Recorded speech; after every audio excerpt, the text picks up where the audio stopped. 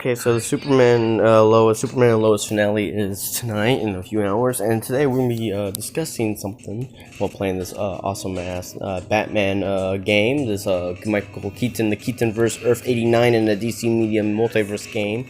You know, a game based on Batman and Batman Returns. You know, Earth 89 in the multiverse. We don't talk about Batman and Robin and Batman Forever. That's been established from like a lot of other shit to not be connected to Keaton, even though it has similar themes. Just like the Birds of Prey show, just like the Birds of Prey show, it's a Keaton universe thing that doesn't exist in the main Keaton universe of Earth 89 with Batman and Batman Return. It's like somewhere else, like Earth 420 or some shit. That's the one for Batman and Robin, Batman Forever. Like if Birds of Prey shows Earth 203, this is like some other Earth. But enough about that. We're going to be talking about Earth Prime, Superman and Lois, and what could be the finale's cameo. Because we have been getting news about a big cameo for the Arrowverse Superman and Lois. Most people think it could be Supergirl or Martian Manhunter. I think that's the most likely one.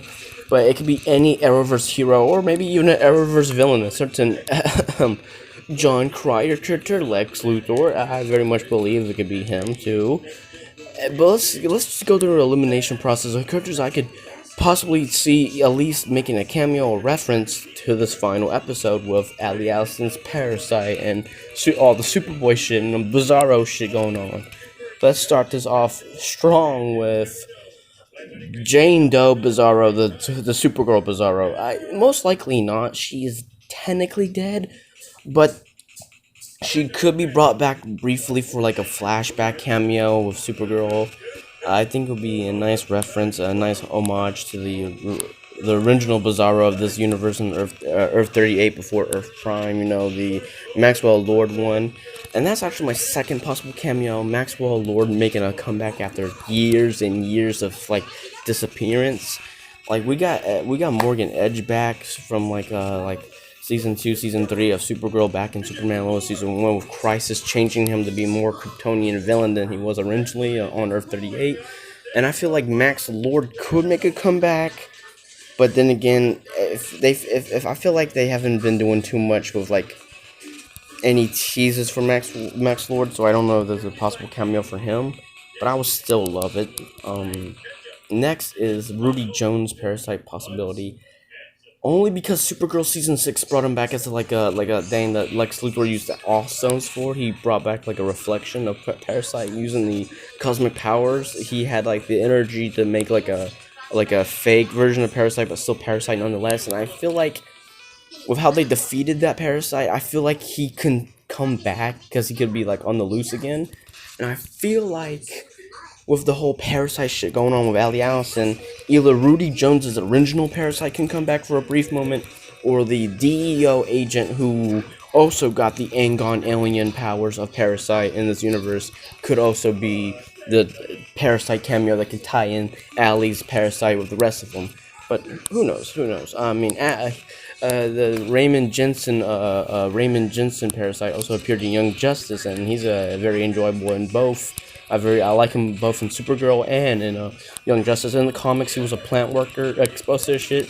In like the Arrowverse, he's like a former DEO agent who briefly joined the fascist anti-alien group of the Children of Liberty with Agent Liberty and Lex Luthor's whole plot there, which is very, very good. Season 4 was really on the high. I love Supergirl, but I love all of them. But I think Season 4 was the best season because of the huge, like, manipulation of Lex's part, like, huge move, like, a huge gamer move. And it was so fucking good, and I fucking love, I just love the show. I love the show, and I love Agent Liberty and the Children of Liberty, the whole arc with, like, how they were, like, they hated aliens, and they were, like, pretty, ignorant and shit, and Supergirl was able to, like, not only defeat them with fighting as a hopeful hero with her powers and shit, but she was able to march against them in protest too. She was able to fight on both sides, and I thought that was pretty cool. If it's not Raymond Jensen's Parasite or Rudy Jones, I think it could be John Diggle, since there's promo images of John Diggle. But why would they give away a spoiler like that in promo images? I mean, I don't know. It could be like something where it's like, oh, it's a cameo, but we never said it's a big cameo, like WandaVision kind of did. But then again, we were supposed to have a Batwoman crossover with Superman and Lois, and I feel like it could. That's for my next list. It could be Batwoman, either one, Kate Kane or Ryan Wilder. We were supposed to get a crossover, but COVID caused that to. So I think Ryan could be like appear for a brief moment, and they could talk about like something they worked together off screen, or like something that we never saw on screen, like an off screen thing, or maybe even Kate Kane, like, oh yeah, Bruce needs you or some shit, like, you know, because remember, in Batwoman season 2, Kate Kane went off to go find Bruce Wayne, to go find Bruce, who has been missing for as much as Hal Jordan's been missing in the Arrowverse, like a couple years now. And so I think Kate Kane could cut back as the not necessarily as Batwoman, but just as Kate Kane, saying that she either Bruce needs Superman or she needs Superman to help her find Bruce. Next cameo I think could be it is Hal Jordan. The man was last seen in a bar with young Oliver Queen and Amanda Waller in 2010. Before he became the Green Lantern, supposedly became the Green Lantern of this universe, Earth 1, Earth Prime, and he disappeared around 2015, which is now when Barry Allen said a Ferris Air pilot disappeared during the whole like Legends of Tomorrow or the beginning with Vandal Savage, like a Ferris Air pilot disappeared years ago. Now that makes me go into the wondering of Hal Jordan. Could he possibly make his full-on appearance and cameo here in Superman and Lois? I think so, because I mean, eventually they're going to have to bring him in. They're doing a Blackest Night storyline, and you know, and John Diggle did kind of deny the power of the Green Lantern. So, like, if anything, I think Hal Jordan should appear first, and then John finally accepts that power.